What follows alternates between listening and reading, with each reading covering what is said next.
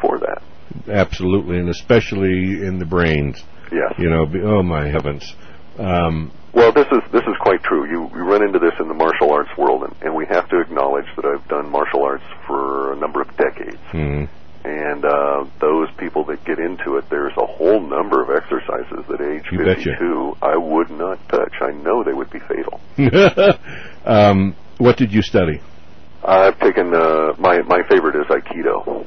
Okay, I studied Aikido and karate also. And yeah, I've taken Taekwondo and Shotokan. Right. Now I'm moving into some of the more esoteric forms of Wushu and Kung Fu, some of the internal styles where I can do them in the few minutes I have between computer programs. I was very, very lucky. You know, of course, this is kind of a diversion from what we're supposed to be talking about, but I was very lucky. Back in 62 or 63, I was living in New York City, and I saw an article about a guy who came over from Korea. IBM brought him over here, and they put him through Columbia University, and he was, you know, studying, and you know, because he was very, very bright.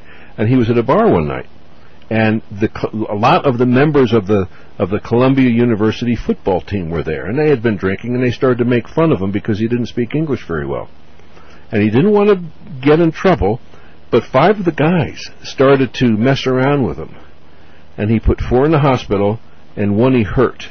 Ooh. And I read that article, and I had a roommate who I'd gone to prep school with, and I said, I want to know what he knows. Well, his name was Richard Chun, and he was the world champion in Aikido. Yeah. Years late, so I studied with him for several years in New York. Years later, I was living in Portland, Oregon, and I was teaching at Lewis and Clark College, and the president of the college and myself, we had a class that we taught together, and he brought over a fellow by the name of Koichi Toei, who was the world master of Aikido. Yeah, who studied with Ueshibe. That was his master, right? And who started Aikido. Yes. And he stayed over there for 5 months, and we got up at 5 o'clock every morning, went down and practiced Aikido with him. Man, what a gift. So, 2 things. I studied with the world champion, Richard Chun, and then I studied with Koichi Toei, who was the world master of Aikido. So I was very lucky. And I studied with one of Toei's students, Tanaka Sensei. He came over to Evergreen here a while back, and marvelous.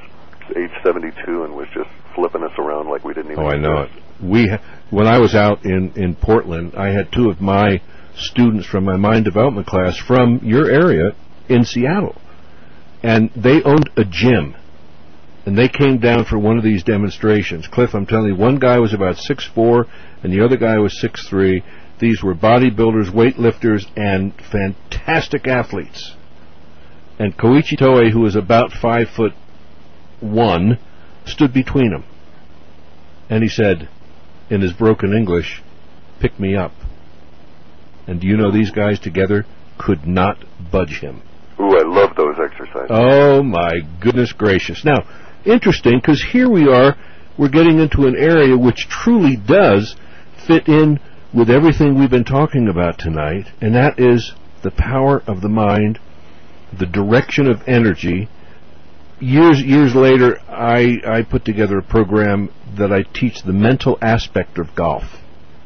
And a lot of my techniques that I teach to pro golfers primarily, but other golfers too, is stuff I learned from Koichi Toei in Aikido. And one is that energy follows thought. Yes. And I'll never forget the old guy who I affectionately call him. I saw him give a demonstration with 5 people trying to fight him, and he was flipping them in the air, and he never touched them. It's incredible. True master like that, yes. So, and I've been uke and nage in both situations, and being flipped like that by someone who really knows what they're doing. You're charging full bore. Yes. If it was done wrong, you would hurt yourself, and yet here they are. They sort of like this little fellow, 4 foot nothing, lifts you up in the air. You don't even feel them touching you at all. That's right, yeah. And if it's only the year-long training that prevents you from smashing into the wall and injuring yourself, but they were ever so delicate in flinging you those 19 feet across the room. Unbelievable. Now, let's kind of gear this back, Cliff, to the runs that you have done and are doing.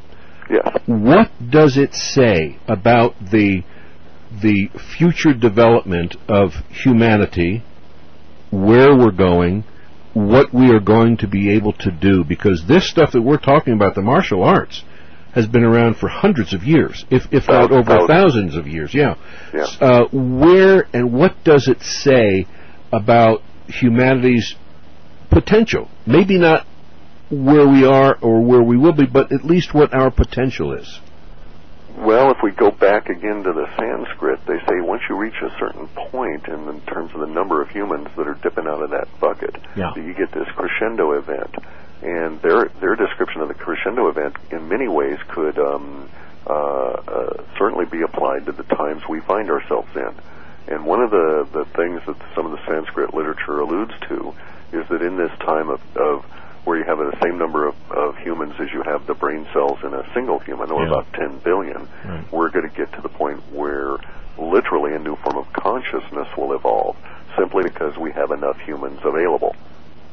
And that one of the little problems for the gray guys is that they were told by their masters to get us up to that point, allow the transition to occur, and then sort of clean up the mess afterwards kind of thing, right? But they've been fiddling with it and causing stress and so on, so that we never quite get to the crescendo event in the way that we should be getting there.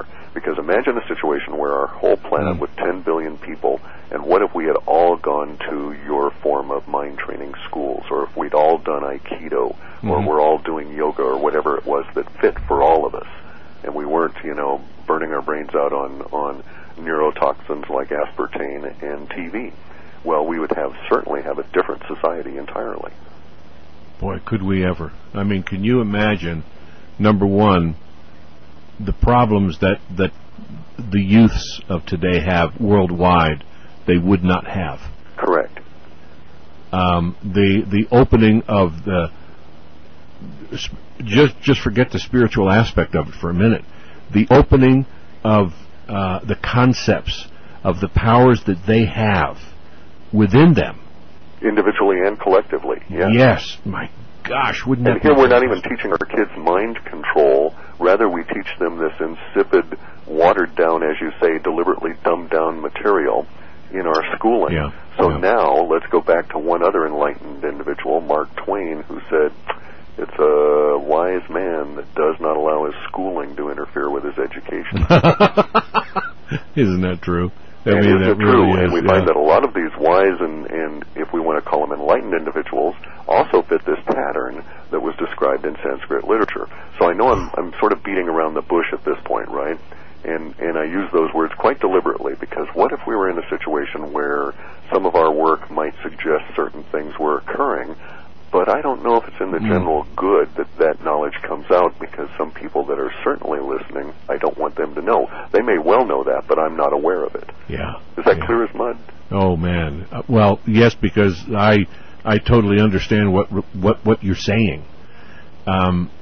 Just, again, as an aside, when I was in New York City and I had my institute there, I studied yoga with a guy who his name was Rudy. I mean, just a very interesting story. But Rudy was not an Indian; he was a New York Jew, and he had a very violent mother. And by the time he was 8 years old, he had already had 3 or 4 major brain operations because she used to kick his head in. Ooh. But anyway, he was in the hospital one time, and he said these 2 monks came to him and put 2 jars of knowledge in him. So obviously, it had to be spiritual or psychic. Right. But this was... Or it could have been an actual visitation. Let's take a little moment to note that the Egyptians have within their hieroglyph descriptions of all kinds of machines for imparting knowledge into humans, literally shoot it into your brain, and they look like jars. Could be. Absolutely could be. Anyway, though, continue. Yeah, well, Rudy was he was the only self-sustaining yogi that I have ever met. And as a young man, he used to travel all over the East studying with different masters and different concepts. But while he was there, his Jewish heritage came out, and he used to buy temples. And he would dismantle the temples, take everything out of them, and store all the stuff primarily in London. Then later on, when Oriental art became very popular, he had the greatest collection in the world. Oh. And museums and collectors from all over the world would come to Rudy, and he opened up a shop down on 4th Street in New York City, and that's where I began to study with him. But he was a Kundalini yoga master. And I have seen him knock a dozen people out by throwing his energy at them. Yeah. And let me tell you, Cliff, it was not a con. I mean, it really did. When I first started to study with him, because I was also a teacher, I didn't have to go in his big class. I went with him just by myself, and we used to talk, and he gave me the principles and concepts. And then one day he said, "Come here," and I walked up to him, and he reached up and touched me between my two eyes. And the next thing, the 1 square inch window and the 1 square foot door. Yeah, and the next thing I knew, and this is in his store now, down in Lower Manhattan, I'm laying on the floor, and he had one hand at the base of my spine and one hand up at the top of my spine, and my body was in convulsions. He was literally opened up my spine, and he had opened up my third eye. I mean, and let me tell you, I am so damn pragmatic. It bothers me. Right. And I have seen so many fakes, frauds, and charlatans that I'm probably a lot like you in that respect, where I'm going to stand back and say, okay, now, fine, that sounds good, now show me. Exactly. He did. He did. That's all I can say. I mean, and again, though, where could we be, Cliff, if we took the kids? And don't even worry about the religious aspect. I can just see. give them mind tools. Yes. And let them apply it. Who cares what their religion is? I've never attempted to say that you ought to believe anything. I'm just saying, as a human, you ought to have a set of tools that allow you to have at least critical thinking, so that some other human doesn't control you. Exactly. Which is but what let me diverge back for a second to the Sanskrit. Yes. Because it is curious. There's a discussion at the end of the Kali Yuga. Series of people are supposed to emerge out of the morass of the singularity or the crescendo event. Mm-hmm. And one of the things they talk about was that on each and every continent would emerge at least one of these people called Manu, who would be in charge of preserving the woman who knows what all the plants are for. Wow. Okay, sort of like the beginning of the Noah myth, right? Wow. And Manu would be what's known as a rishi. And a rishi means one who knows. Right, exactly. Okay, now, Manu is not the only rishi. Manu just simply has a specific task, and that's to preserve this particular woman in the event of the flood, so that after the flood, humans will be able to know what all the plants do. But curiously, in this description at the end of the Kali Yuga, there's a description of all these other rishis that are popping up as a result of getting close to this 10 billion. The closer we get to 10 billion, the more rishis will appear, because they're going to be needed in basically kicking these little gray bastards in the butt. Ooh, interesting. And that there's going to be a great revelation, and within the revelation, the description is quite ugly, because it says, and this is the part I find very curious, because of the way our humanity is structured at the moment. So many people are blind to the reality of things.